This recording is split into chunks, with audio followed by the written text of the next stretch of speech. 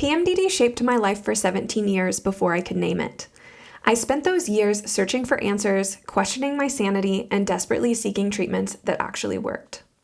My painful journey had an unexpected twist. Helping others heal from PMDD became my life's purpose. Hi, I'm Jess, a board-certified nutritional therapist, coach, the founder of Her Mood Mentor, and your host. This is PMDD Pep Talk, a weekly reminder that your suffering is real, your experience is valid, and your future is brighter than your symptoms suggest. Each week, we're going to explore the truths about PMDD that nobody talks about. The kind of truths that shift something deep inside you and make you think, maybe there's more possible than I imagined. Whether you're in the depths of luteal darkness or riding the clarity of your follicular phase, you're exactly where you need to be. Because here's what I know for sure. Healing PMDD isn't just about managing symptoms, it's about transforming your life. This challenge, as brutal as it can be, is an invitation to know yourself more deeply and live a more joyful, purpose-filled life. PMDD might feel like your whole story, but it's just a chapter, and you get to write what comes next. Welcome to PMDD Pep Talk. Quick pep talk pause. Remember that everything we talk about here is meant to educate and inspire. Always team up with your healthcare provider for personal medical advice. All right, now let's get into it. Hello and welcome back to PMDD Pep Talk. So excited for today's episode. It actually started in a parking lot. I was walking into a store. I hadn't even made it in yet. I opened the doors and the noise, the lights, the smell, all of the people just hit me and I could not go in. I stood there, I closed the door, I turned around, I walked back to my car and I sat in my car for like 10 minutes paralyzed, wondering why am I like this? And is this ever going to change? Kind of like went on a spiral there a bit and drove home. And I know some of you know exactly what I'm talking about. This is what PMDD can look like in public sometimes. It's quietly debilitating, sometimes dramatic, but this example was quietly debilitating. Just me in my car trying to convince myself that I'm fine when I was very much not fine. So today I want to talk about what I now do in those moments, because it's not about not having the moments. It's about what are we going to do when the moments happen. And I haven't heard people talking about this, so I'm really excited to see if you guys already do this, if this is just, no news to you, or if this is something new that you can incorporate into your life that could be extremely helpful like it has for me. I call it the PMDD emergency kit. It's this little bag. If you're watching on YouTube, you can see it. You can just get yourself any little cosmetic bag will work. And it's my PMDD emergency kit, and I want to show you mine. Yours will be all you. This is all me. But first I want to say something because I think it's really what matters most. When PMDD symptoms hit you in public, maybe you're in a meeting or the grocery store or at school pickup, maybe you're at a family dinner that you already didn't want to be at, or, literally it can happen anywhere. Most of us do one of two things. We suppress or we cope badly. Suppressing is going to look like trying to hold it together, masking, smiling, keep going, don't let anyone see. And it works in the moment sometimes. It works, sometimes it doesn't, and you crash and burn. But your nervous system is feeling that, and this is driving probably worse symptoms, not only that cycle, but the following cycles. What you push through, it doesn't go away. It's building pressure within your system, and it's going to come out later. Maybe you're snapping at your partner. Maybe you completely crash when you get home. You are just rotting in bed, feeling like you're made of concrete and wondering why you're so broken. I've been there, done that. You're just running on fumes and trying to pretend like you're not. The other option, coping badly, I've also done all of that as well. I've eaten all the things that made me feel worse because I just needed something to do with my hands. I've scrolled for hours. I then have ended up feeling like more disconnected and more disassociated than when I started. I've drank way too many drinks and consumed way too many substances. It felt like the only way to cope. I didn't have other tools and resources at the time. I've yelled at people, thrown things. I've done a lot of things. And it's negatively impacted my relationships. And that version of me, was just trying to cope, but I was coping badly. So none of this is judgment, right? It all makes sense once we understand how PMDD impacts us in our nervous systems. But when you're dysregulated and you don't have the right tools, you're going to reach for whatever is available. And I want to help you build something that you can reach to and see if that changes anything for you. That is what this kit is for. It's definitely not a cure. It's not going to fix, the root causes driving your PMDD symptoms. That's a whole different conversation. And if you want to have it, we absolutely can. But when you're out, when you're in it, and you need something to reach for that isn't going to make things worse, I want you to make a bag so that you already have supports. PMDD flares in public are embarrassing and paralyzing and awkward and lots of things. So we don't need to rely on the rational thought all the time. We can plan and be better prepared. You really can't problem solve your way through an activated nervous system. So we build the kit when we feel well, we pack it, we take it everywhere we go, we put it in our bag in our car, we leave it there. And then when future you is like me, walking back to my car in that parking lot, she doesn't have to figure everything out from ground zero. She has something to reach to. You have something to reach for that can ground you in the moment. So let's unpack my PMDD emergency kit, and I'm going to show you what's in mine, and hopefully it will generate some ideas about what you can put into yours. So let's see. The first thing we're going to start with is, I have a lot of things in here, oh my goodness, is a hand lotion. Now it sounds really simple, but the scent or any sense is a really fast way to interrupt a nervous system spiral. So the smell can bypass your thinking brain entirely. It can go straight into the part of you that regulates emotion. So I'm really sensitive to scents, so I am using a mildly scented, cleaner type of hand lotion. But you do you. Hand lotion is a good thing to have in your bag. The second I open it, I have something to do with my hands. I'm, focusing on working that lotion into my hands, and it is distracting me from whatever is going on up here, the emotional spiral in this case. So a hand lotion in your PMDD emergency kit is a good option. Let's see what else I have in here. One of my absolute favorites is a facial mist spray.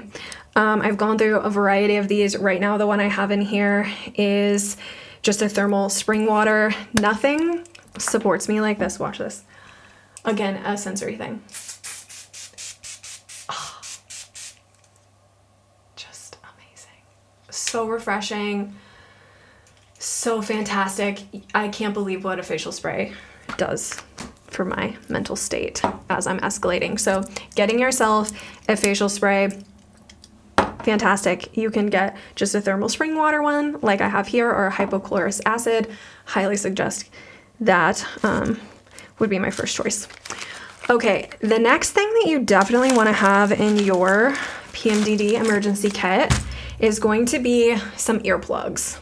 I'm using the ones from Loop that don't completely block out all of the sound, they just dampen it. This is one of my favorite tools for mothers with children. Mothers with children is redundant, but my favorite tools for mothers. Favorite tool if you have a dog like I have that just barks incessantly. You can pop these in and it just dampens the sound just a little bit. You can still hear what's going on. You could also get the Loop ones that totally block out sound, but I always have these in my emergency PMDD kit if I'm going into a restaurant, going to work in a coffee shop. I want to dampen that sound. I have a lot of sensory sensitivities, so I carry these everywhere, multiple pairs of these. Also, headphones are a good thing to have if you want to listen to some music or a podcast. I keep those in here as well. The next thing I want to pull out that I have in here is going to be a fidget tool. Now I also have there's a lot of things in here. I also have a hair tie that you could use as a fidget tool as well, if you don't want to have a separate fidget tool. But I have a hair tie in case I need to pull my hair up, because sometimes my hair around my neck is sending me over the edge. But I also like to have a fidget tool. I take this everywhere I go. I have numerous fidget tools. This is just the smallest one, so it fits in my PMDD emergency toolkit. This is from Ono. All the fidget toys that I have are from Ono. I thought fidget toys were silly until I got one, and now I have like 7 of them because they are so incredible, and I don't leave the house without one. So having a fidget tool in your emergency toolkit is really helpful. It gives your hands something to do. When I can't pace or leave, I have something in motion that supports regulation of my nervous system. Something else that I have in my emergency PMDD kit is gum. Just a nice, refreshing thing to chew on, flavor, brings my attention into the body, engages your jaw, which actually supports vagal tone and your vagus nerve, which is a big player in how your nervous system regulates. So it's not magic, but it's something, and it gives your mouth something to do when your brain wants to spiral instead of eating all of the snacks or things like that.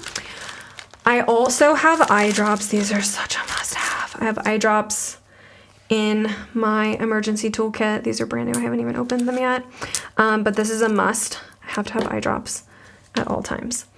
When I'm dysregulated, my eyes get dry, they get irritated. It's a small thing, but it's comforting to me. And just removing that one layer of physical discomfort helps when the overall system is really on edge. I also have lens wipes. I wear glasses. My glasses get dirty a lot. I start to get frustrated because I can't see, so I always carry these in my PMDD emergency toolkit as well. PMDD nausea is real. I also just struggle with nausea in general, so I have homeopathy for nausea, 2 different types, in my PMDD emergency kit. This goes in the car with me, so a lot of times I also get motion sickness in the car, so I have that in here. What else do I have? I also have some antihistamines in case I have any sort of reactions to food, or I feel extremely charged up with anxiety and it's a histamine response. I'm going to bring an antihistamine for headaches, inflammation. I don't take these all the time, but I'm going to want to have one in my bag if I need it. I also have a little jar of some magnesium in this small container here. It's one of the most talked about supports for PMDD. Obviously supports mood, muscle tension, being able to wind down. It's one of the simplest things you can have on you. So I always bring a few caps in my PMDD emergency kit here. Of course, I'm going to have a protein bar at all times. I go through a lot of these, but this is going to give me 20 grams of protein a snack. Available in my PMDD emergency kit. Absolute must have. Blood sugar crashes during the luteal phase are going to send symptoms through the roof, and you need to have a snack. If I'm out in town and I'm not going to be eating for a few hours, I have to have things on me so I don't end up making poor choices, or the poor choice I usually make is just not eating, and then I'm having really severe symptoms due to skipping meals and dysregulating my blood sugar. So that is a non-negotiable. Another thing I have in here are a bag of cured nutrition. You guys hear me talk about these a lot. This is a herbal amino acid CBD blend. They're Serenity gummies, and then I have some Calm caps in here. I'm almost out. I need to refill this actually, but I always take those to town with me as well. A tampon, because you gotta have a tampon in your emergency kit. I also have just a small vial of essential oils. This is the lavender essential oil. So going back to interrupting the nervous system with some smell. Of course, you could just do this with your hand lotion, but I also have that in here. I have a lip moisturizer that also has sunscreen built into it. This is from Ilia. It's one of the most used lipsticks. And I love it because it does have that sun protection. It also has a tint. My lips are feeling dry. I need something sensory again. And so this is what I'm choosing to use. Always gonna have a file because if something happens with my nail, I will get very irritated. I also have homeopathy. So I only have one in here, but I usually have 2 homeopathies for anxiety. I've seen really great results for those. So I carry those in my PMDD emergency toolkit. And the last thing that I carry is just a chafing balm. Do a lot of hiking, do a lot of moving the body outside, and sometimes I get chafed and then that isn't fun. So I also just carry this in my PMDD emergency kit. So there's a lot there. There's a couple things that I actually ran out of that aren't in here. So I want to talk about those briefly. One is going to be a small heat patch, like a adhesive heat patch. These, again, I feel like are a must-have. They just naturally warm. And if you're out, you're experiencing cramps or body pain, you can pop one of those heat patches on, kind of forget about it and keep moving around, and it can be really soothing. Another thing that I'm out of that is usually in here are small electrolyte packets. This is really key for dealing with stress, for dealing with blood sugar. I like a high potassium, moderate amount of sodium electrolyte packet, so I will be reordering small packets that I can put into a travel bag because I've used all of mine up. And that's the kit. So I want to say this before I close. You don't need all of those things. You don't need my version of it. The whole point is that you know yourself well enough to know what your nervous system needs. That's realistic, that you could pack into a small bag. Things that ground you specifically. What reduces stimulation for you? What would you actually use? Start with even 3 things in a little bag and build from there. But please do this on a good day, not when you're already mid-luteal and trying to think through the fog. Pack it when you're feeling good. Put it in your bag, in your car. You need to have this with you, whenever you leave the house. At home, you have a lot more comfort supports that are going to be accessible to you, but this is really about the PMDD emergency kit when you're not at home. And this is just a theme of the work that we do with our students and clients, is helping current you take care of future you. It's really an act of love. And it really, really matters when you're sitting in a parking lot like I was, not sure how you're going to make it through the next 10 minutes. If you're going to be able to drive home, what's going to happen. So everything I mentioned today is linked in the show notes, and I'll flag clearly which ones are affiliate links so you always know. If this episode resonated with you and you want to go deeper, if you're tired of managing your symptoms day to day and you want to understand what's actually driving them, there's a link in the show notes to book an intro session with our onboarding team where you get to run your symptom assessment, which uncovers drivers behind your symptoms, and you start to understand, okay, what are the next steps from here? It's where we start to really get into the root cause stuff. And that stuff changes the whole picture, not just about an emergency PMDD emergency kit. That's all for today. Share this with someone who needs it. Leave a review if you have a second. It genuinely helps more people find the show, and I will see you next week.